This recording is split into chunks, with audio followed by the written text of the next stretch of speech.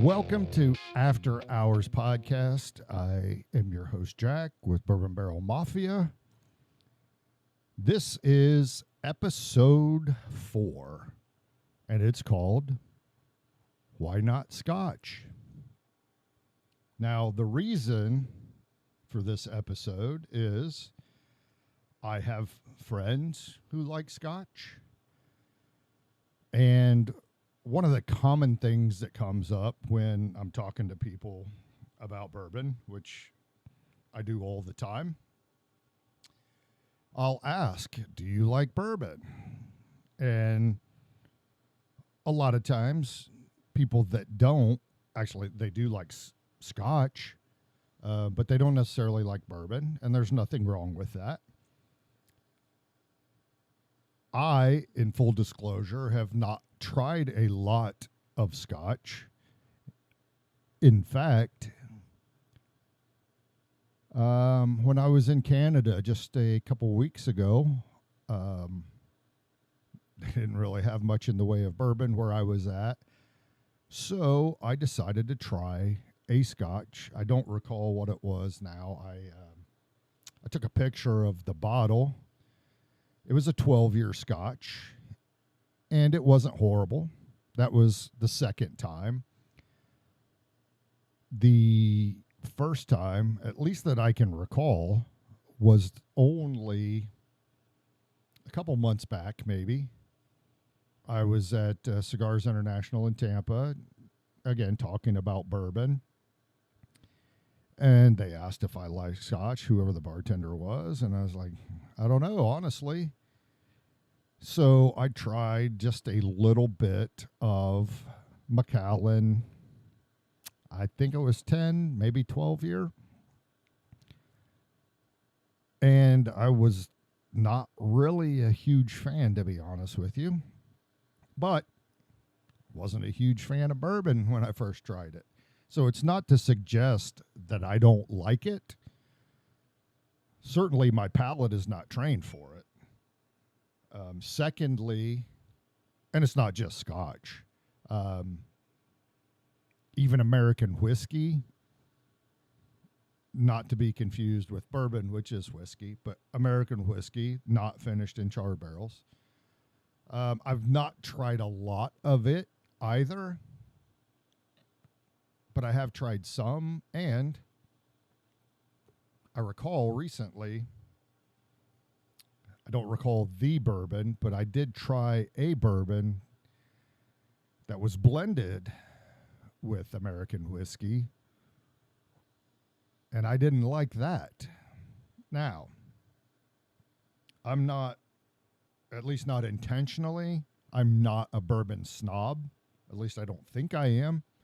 But my palate has trained itself to an affinity for just bourbon. Now, obviously not all bourbon, because if you watch my videos, there's some. I just did one earlier that I didn't like it at all. It just had a cool story. There have been some that I don't like. There's others that are okay.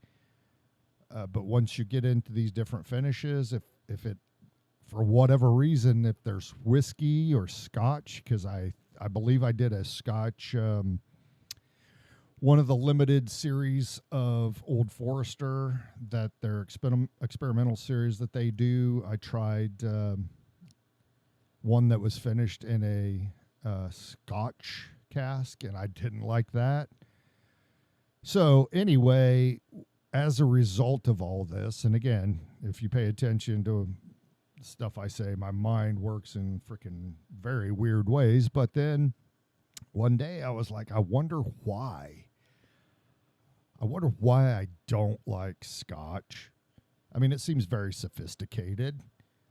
So I looked up some of the things that could cause someone not to like Scotch. Now, again, you know, my deviated septum, that's the 5 millionth time I've talked about it. And again, I don't really give a shit. It doesn't mean anything other than the fact that it does impact smell and taste, at least for me. And in that research, I found that maybe it's not just the deviated septum. Maybe it's the things that occurred as a result of it, congestion, any of that other side shit that happens when you have a deviated septum. Now,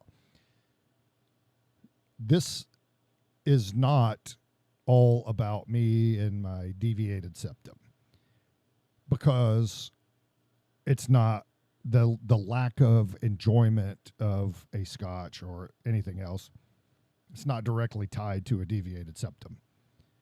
So this is about, and what I'm going to talk about is about anybody who may not like scotch but likes bourbon, because there are others other than me, and for reasons other than you got bapped in the nose with an elbow playing flag football in the Marine Corps. Anyway, I was curious about it because of my lack of appreciation for scotch, and it uncovered a lot more. So that's why I decided to do a podcast, not just because of me and my busted up crooked nose. So, but in doing that, I figured out that they suggest that, again, if you have issues, and I did another podcast and it talked about that, and part of it is because, again, 70 to 80% of your taste comes from smell. But there were other things I learned. Deviated septum be damned, okay? So obviously we know how bourbon's made, 51% corn, yada, yada, yada, okay? We know that. If you don't, look it up or go back, because that's not what this episode's about. You can go back and watch another video, and I talked about it. But the reason I bring that up is because corn gives bourbon certain flavors, okay, that we all like, or it's all, whether you like it or not, it's in there, okay? Now, again, I can't taste these flavors, but it suggests that the caramel flavor, the vanilla, toffee, honey, and just the general sweetness comes from corn. So my research suggests, hey, dumbass, maybe that's why you prefer bourbon, because of the sweetness from the corn. And in reality, that could be true, because I'm fucking corn fed and cornbread fed. Is that how it goes? Corn fed and cornbread fed bread? Something along those lines. I think it's cornbread and cornbread fed. I think that's how it actually goes. I'm from Indiana, man. I grew up on corn. I mean, there's not much more there than that. So maybe that's why. But again, I can't taste any of that shit when I'm drinking bourbon. If this Old Forester, if it said Old Forester vanilla, toffee, caramel, whatever on it, I wouldn't know the difference, because I can't taste it. But the science suggests maybe that's why I have an affinity for bourbon, because when you're talking about scotch, it's mostly malted barley, okay? And I'm not here to get into the science of how scotch is made, but it's mostly consists of malted barley versus corn. And from that, you taste, apparently, or smell, 70 to 80% of the taste is malt, biscuits, things like cereal grain, nuts, and then they suggest like earth and leather. Now, and even hay, if you can imagine that. So, again, being from Indiana, I like cereal. I like malt. I mean, my God, give me a milkshake Not like the old days when they used to just put malt in there. There are very few places you can get it, but I like that malt. I don't know if it's the same. So cereal, malt, biscuits, shit, man. I've probably eaten the weight of my house in biscuits and gravy in my almost 55 years. Nuts. I mean, who doesn't like pecans, almonds, cashews? It doesn't say what kind of nuts, so maybe that's not what they're talking about. Now, what I can tell you, I've eaten some dirt before. I mean, what kid hasn't? And if you're not letting your kids eat dirt, that's probably why they have all the issues that they have. But anyway, I don't remember what earth tastes like, but it suggests that scotch may taste like earth and hay. Now, like every a farm boy, you probably put a piece of straw in your mouth at some point. I don't remember ever eating hay. I mean, I used to like shredded wheat, but that's not hay, it's wheat. But I don't know that I've ever eaten hay. Now, shit, back in the day when I was younger and baling hay, maybe I inadvertently did. And then leather. Yeah, I don't know what it tastes like. I can't say that I've ever tasted or tried leather, but so they suggest that's what scotch tastes like, and I like most of those things other than the hay and earth and leather. So then we go to Irish whiskey. I mean, this for me was all about scotch, but then it also suggested, well, maybe Irish whiskey. Now, here's what I could tell you. I have had a little more Irish whiskey than scotch and American whiskey even, and my palate doesn't dislike it as much. I mean, I can drink some Irish whiskey. I think for St. Patrick's Day, I had a bottle, and again, I don't remember that name because I don't pay attention to whiskey and scotch and Irish whiskey, but I had this Irish whiskey. I thought, why not? I tried it on St. Patrick's Day, one of my favorite holidays, and it wasn't bad. Not even at all. Now, I don't know if I could drink it regularly, but it wasn't that bad. But they say Irish whiskey tastes like green apple and grain. I don't know what grain. Even some, I don't know why my cigar's unraveling here. It didn't do that before when I had the other one. Again, malt, just like scotch. Irish whiskey has malt, tastes like malt. And then floral notes. Now, I've never tasted floral notes in Irish whiskey, my very limited scotch, or any bourbon. But I know I don't like floral notes, and I can tell you this shit for a fucking fact. Back in the day, I used to drink Sam Adams beer. Oh, and I used to, just the whole fucking seasonal thing was fantastic, right? Back in the day, you would start with, when the season changed at the beginning of the year, right? You would go through and then you would drink Alpine Spring back in the day. That used to be my favorite. God, it was so good. And they did away with that one. And then they went to Cold Snap and all the seasonal things. But at one point, I got this variety pack that they had. And I don't remember, all kinds of shit in there. Sam Adams variety pack. And back then, I could drink almost any beer. I mean, I had my favorites, but if I grabbed one that I wasn't familiar with, it may have sucked, but I would finish it. But they had this one called Juniper Ale. And although I've never done it, it tasted like what I would imagine fucking potpourri would taste like if you muddled it up and served it in a drink, or if you drank like a liquid version of that shit that you put on the back of your toilet so you can't smell what happens in there. That was the most disgusting thing.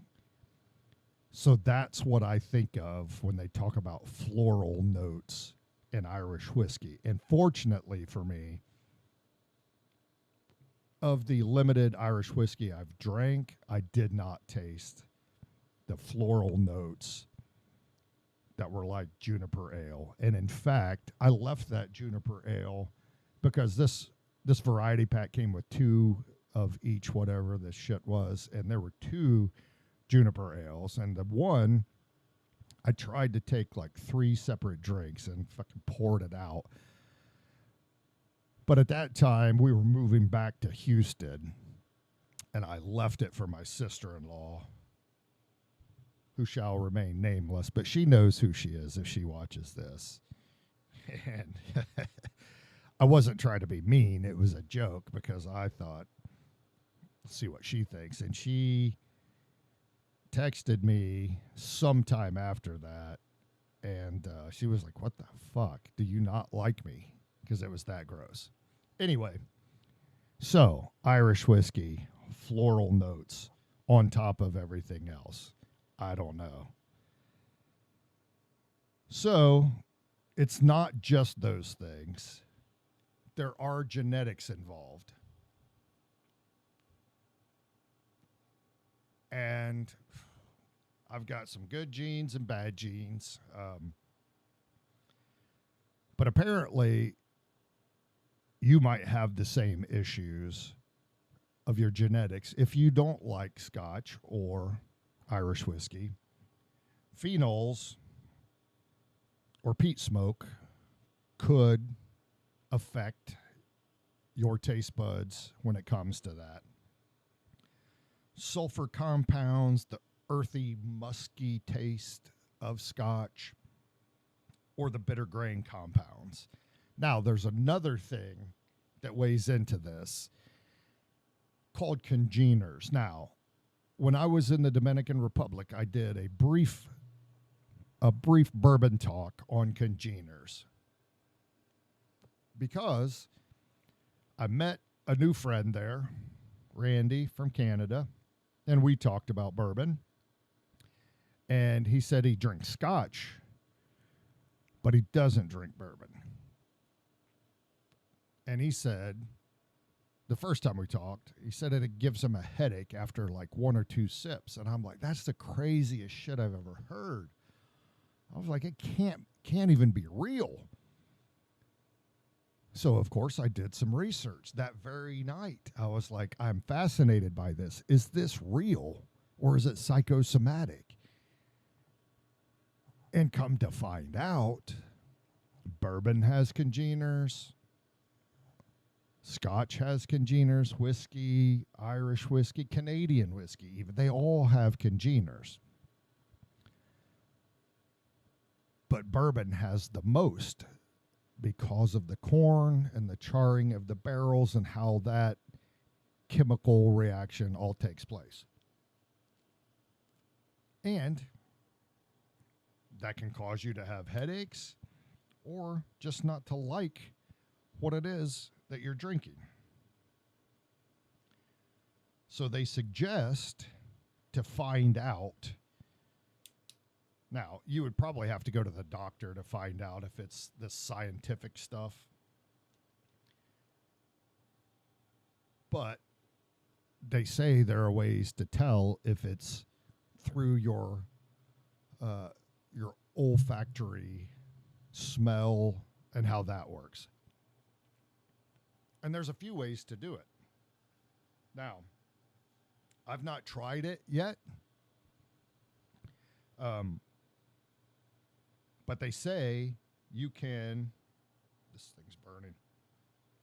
You can take a sip, hold it for a while,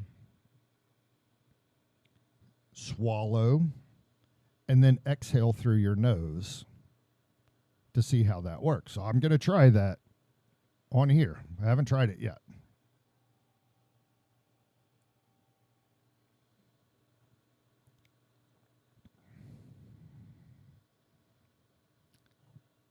Yeah, so to me that burns, right?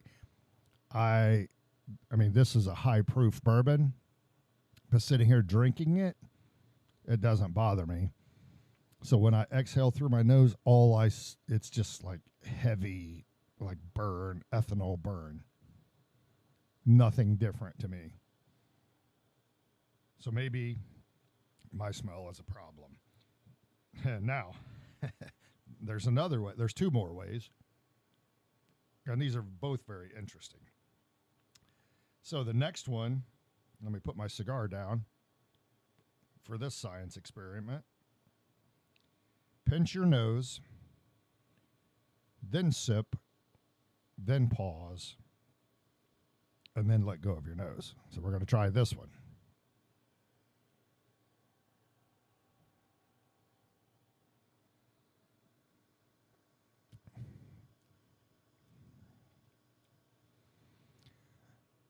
I can taste more of it, but I still can't taste any of the notes.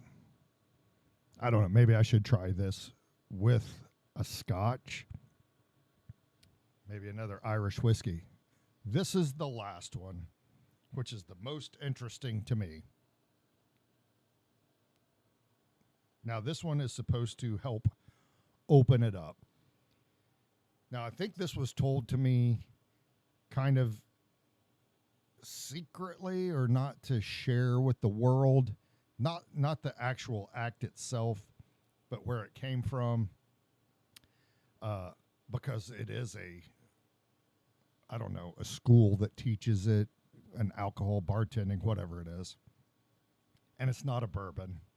But I'm not gonna drop names or drop dimes on the liquor type, company, or who told me. He knows who he is. So, whatever you're drinking, take that drink, pour just a little bit in your hand, rub it together, rub it in really good. I hope my cigar doesn't light my hands on fire after this. Smell it, and then take another drink.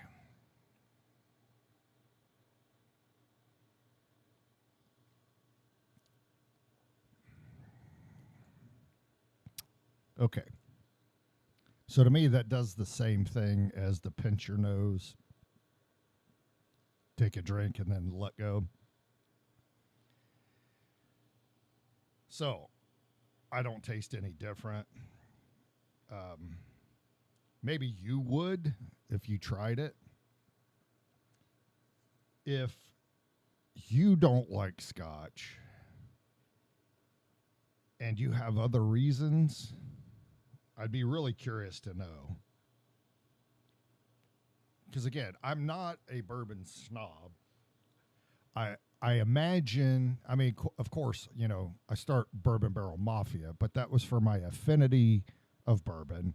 But it doesn't have to be bourbon. I mean, I wish I liked all those other things because then that would just expand it into different things. Now, maybe I wouldn't do Scotch reviews or whiskey reviews or even Irish whiskey reviews, but it would be fascinating to try them and just talk about the experience a little bit, or just to open it up. I mean,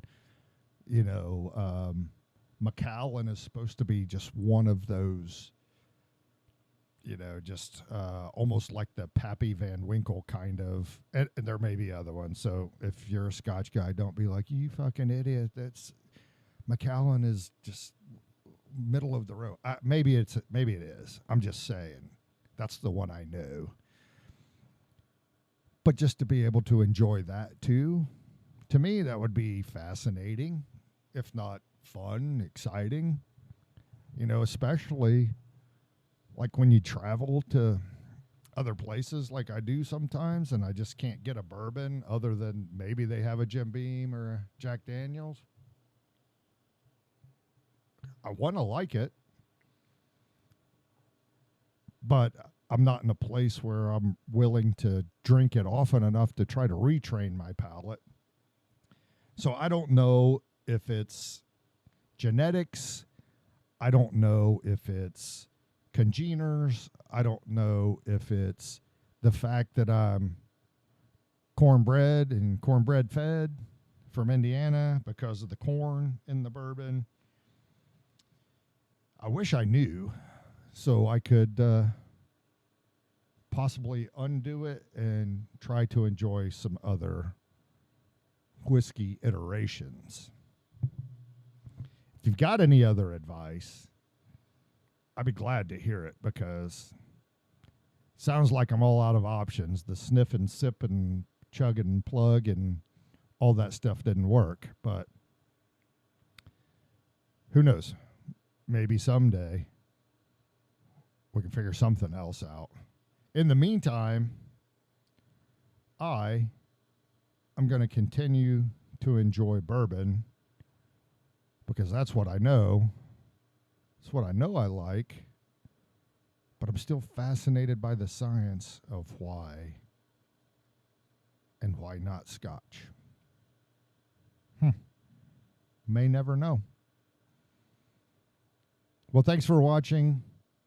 Hopefully, you have some answers for me. If not, maybe this answered some of your issues if you don't like it. But if not, tune in next week. Maybe we'll have something better. Maybe we'll have answers to life's challenges. But either way, drink it the way you like it. Check us out next week for more After Hours Talk. Cheers.